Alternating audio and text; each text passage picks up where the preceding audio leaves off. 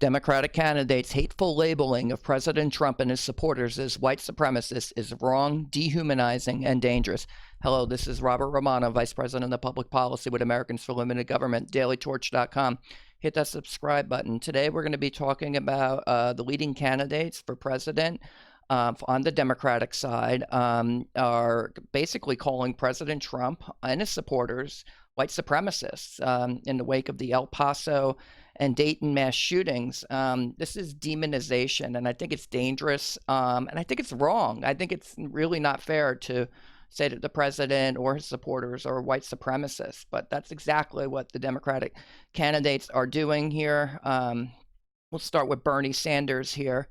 On August 4th, he told CNN, quote, "Look, and it gives me no pleasure to say this, but I think all of the evidence out there suggests that we have a president who is racist, who is a xenophobe, who appeals and is trying to appeal to white nationalism. And, you know, it breaks my heart to have to say this, that this is the person we have who is president of the United States." When he was asked if he thought Trump was a white nationalist or a white supremacist, Sanders declared, quote, "I do." Senator Elizabeth Warren, she was asked the same question by the New York Times, and she said that she does, yes. When she was asked if Trump was a white supremacist, she said, quote, "Yes." And in the Council Bluffs, Iowa campaign stop, she also said, quote, "He has given aid and comfort to white supremacists. He's done the wink and a nod. He has talked about white supremacists as fine people. He's done everything he can to stir up racial conflict and hatred in this country." Former Vice President Joe Biden, he apparently agrees too. He at the Burlington, Iowa, while he was campaigning, Biden declared on August 7th, the president has fanned the flames of white supremacy in this nation. And you can see that here. He goes further. He went blaming Trump for basically for the shootings in El Paso and at the synagogue in Pittsburgh last year. Quote, "How far is it from Trump saying this is an invasion to the shooter in El Paso declaring, quote, 'This attack is the response to Hispanic invasion of Texas'?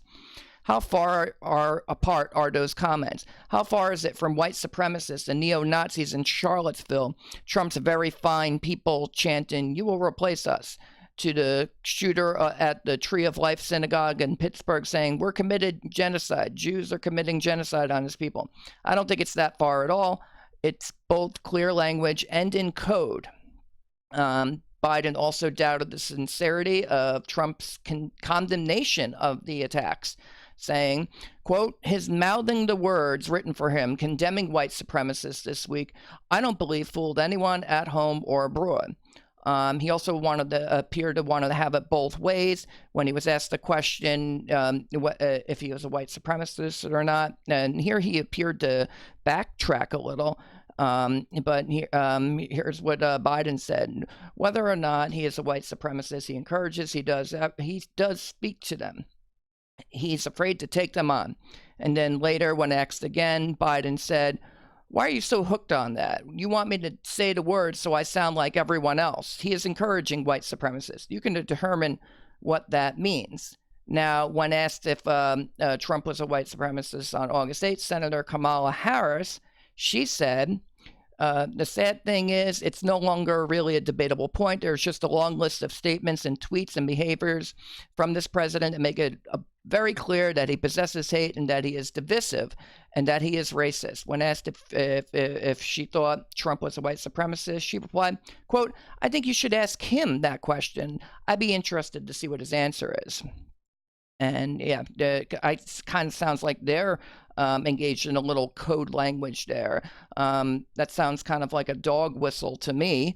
Well, you'd have to ask Trump if he thinks he's a white supremacist, leaving listeners and or followers of Harris, or in the case of Biden, whether he's a white supremacist or not, statement that they're leaving it to their followers to determine for themselves, but they're not explicitly saying Trump is not a white supremacist, leaving it open to ambiguity.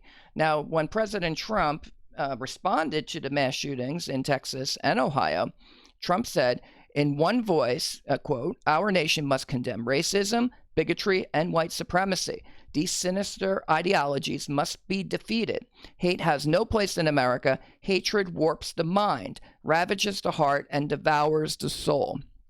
So I think that's pretty clear. I think that they could have just taken that statement and said, we're not going to debate that. The president was very clear in his denunciation and joined with President Trump in denouncing it. Instead, they're counting on listeners and their followers to not have paid attention to Trump. Now, you see this a lot, and it's kind of a mixed message. They have more than one audience when they're making these statements. And so they're counting on the fact that people who are not supporters of President Trump won't listen to his speeches. And you see this a lot when the president of either party delivers a State of the Union address. Supporters of the president's party will tend to watch that, and whereas the opposition party, far few lower ratings for them.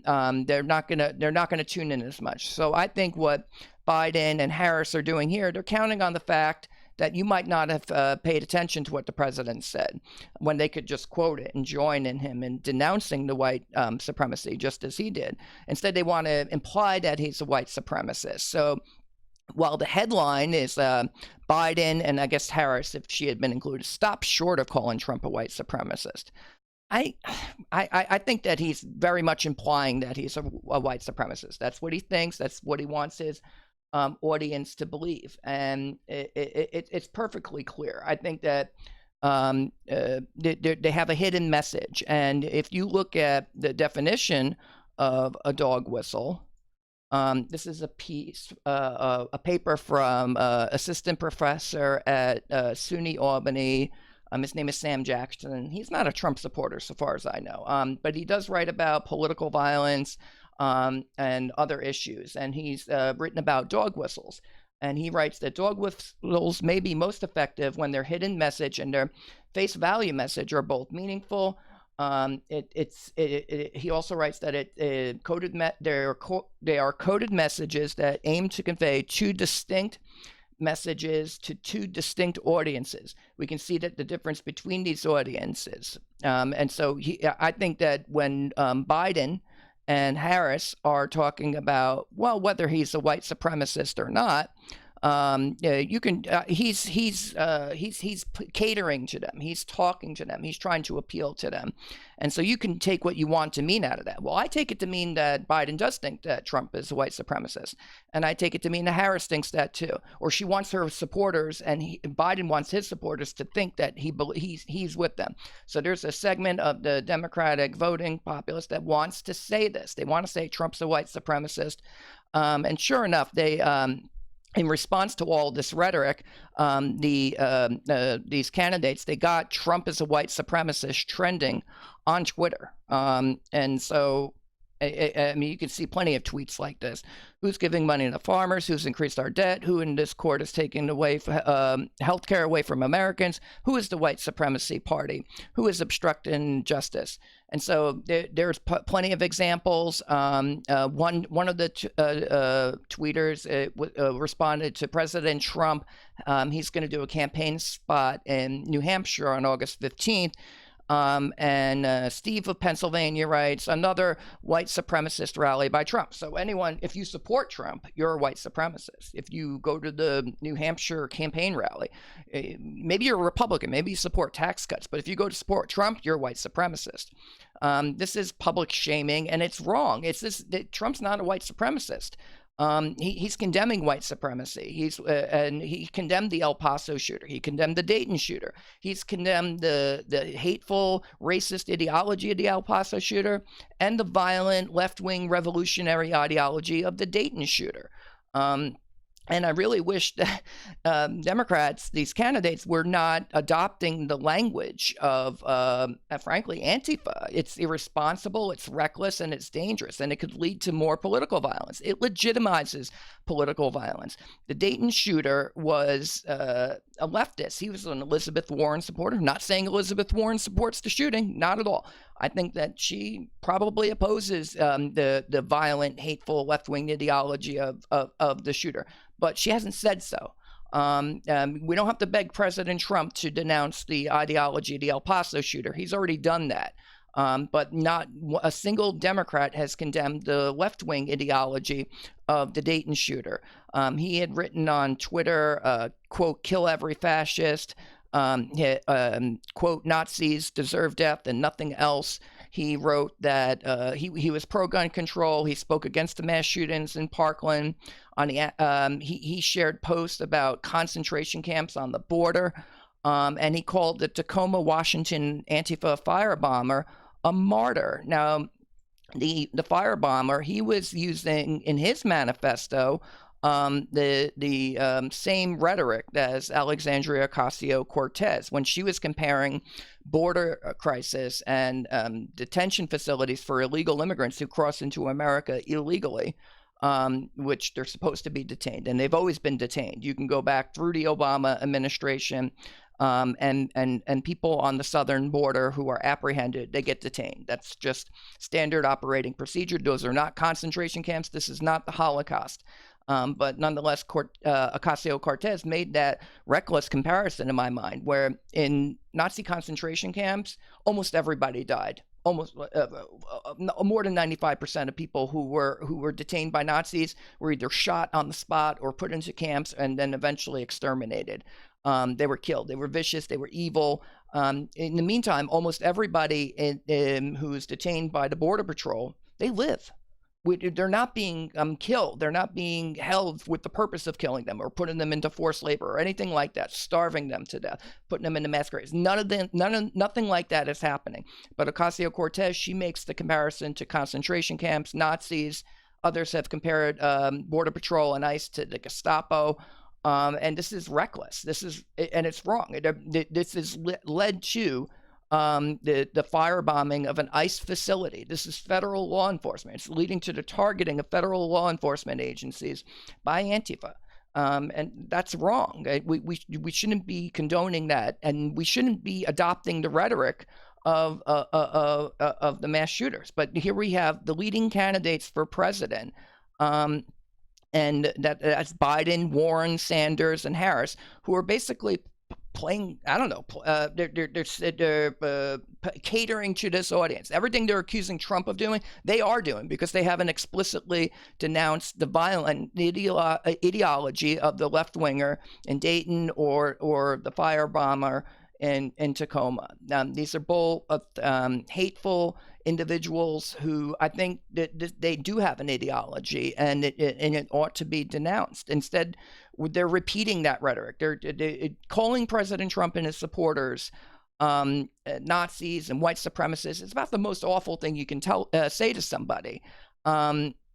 And I think it's going to lead to more instances like this, could contribute to the next wave of violence. And this is really irresponsible. Republicans and Democrats should be locking arms and denouncing political extremism. We're seeing recurring episodes of violence by right-wingers and left-wingers, and we just need to lock arms and denounce it all. Trying to pretend that Trump is a white supremacist is not going to do anything except further contribute to the idea that Republicans are Nazis and white supremacists and should be attacked. That's how Antifa justifies itself, its existence. Instead, Democrats appear afraid to take on this left-wing violence, the same way Trump had denounced the right-wing violence. And it's sad. Just think about it. Over 63 million people voted for President Trump in the 2016 election. Or almost 63 million, 62.9 million people voted for Trump.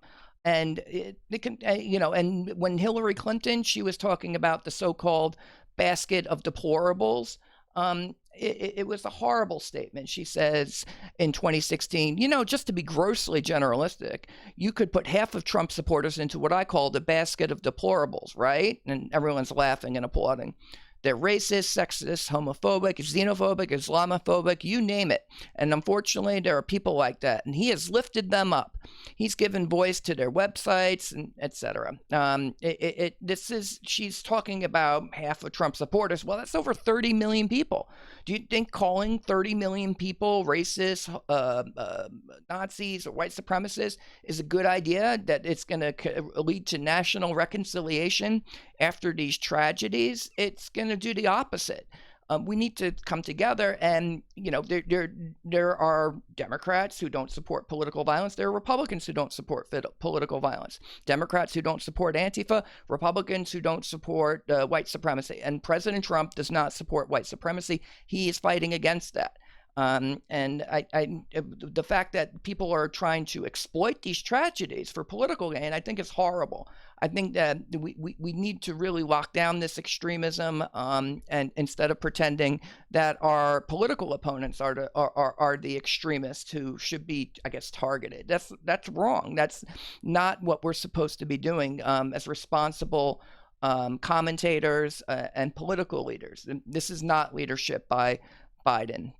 It's not. It's the opposite of leadership, in my opinion. He's fanning the flames of political violence in this country and Antifa. They think that all Republicans are Nazis or Trump supporters, and that they should be targeted with violence. And he's not denouncing it. None of the Democratic candidates have denounced the left-wing ideology of the Dayton shooter or of the Tacoma firebomber, and that's just sad. In the meantime, Trump's crime in these people's eyes is enforcing federal immigration law. More than 86,000 people on average have been apprehended by the Border Patrol every single month this year. And that's according to U.S. Customs and Border Patrol, and that's amid a current wave of migrants who are fleeing drought conditions in Central America and abusing the nation's asylum laws. Those are all facts. The asylum laws are being abused. There is a drought. There are people who are migrating, and they are being apprehended, and they ought to be, because that's what the law says the Border Patrol is supposed to do. President Trump has gone further. He's achieved an agreement with the country of Mexico to help to shut down the borders, to kind of stop the flow of migrants coming through Mexico into the United States. Trump pushed for and received a $4.6 billion humanitarian aid bill that was to improve conditions in the overcrowded, overwhelmed facilities. The fact is that you have close to 86,000 people on average showing up every month, but in the past they've only had about 52,000 beds to house everybody, and it takes time to process folks, whether if they're deemed to potentially have an asylum claim or something like that, and so there haven't been enough facilities and resources, so they passed a bill to take care of the people. So we weren't operating concentration camps. We were trying to we were trying to fix it, and Congress worked together in a bipartisan fashion to do that. And they weren't, voting to uphold concentration camps. Now, there may be a ray of sunshine here, and some sanity from Democrats. Former DNC chair Donna Brazile says that Trump had nothing to do with the mass shootings. Let's look at that comment. She says, "This conversation about race and racism, domestic terrorism, white supremacy, white nationalism, it is that I am profoundly saddened as an American. The reason why is to point fingers and to play this so-called blame game. President Trump had nothing to do with the maniac, and I'm being gracious here, the maniac who shot up a Walmart store. He had nothing to do with the person who shot up, the bar in Dayton. This is unbecoming of the country. The President of the United States, should not be blamed for, these individual killers." So I think that's pretty clear. Joe Biden is, even, I guess, according to Donna Brazile, is exploiting these tragedies and playing the blame game. Sanders is doing the same thing. Elizabeth Warren is doing the same thing. Kamala Harris, she's doing the same thing too, because it's really easy to say, the president's not a white supremacist. He condemned white supremacy, and we all join with the president in denouncing this violence, and we denounced the violence by the left-winger in Dayton and Tacoma. It's not that hard. Please do that. I don't think they're endorsing political violence, but this could be contributing to it. Calling all Republicans and Trump supporters and Trump himself, the president, white supremacist and a Nazi is going to just contribute to the conflict that we're seeing and this recurring episodes of political violence. So I'll leave you with the close here. Brazile is right, and we must hope the American people reject this demonization of half the country. This is the modern day rhetoric of dehumanization. Because the Democratic candidates have refused to explicitly confront the violent, hateful, revolutionary ideology of Antifa after Dayton and Tacoma, and are now openly adopting their rhetoric by calling their political opponents Nazis and white supremacists, they appear to be inciting the next wave of political violence. That's the commentary. This is Robert Romano, Vice President of Public Policy with Americans for Limited Government, dailytorch.com. Hit that subscribe button, ring the bell for notifications, and have a good day.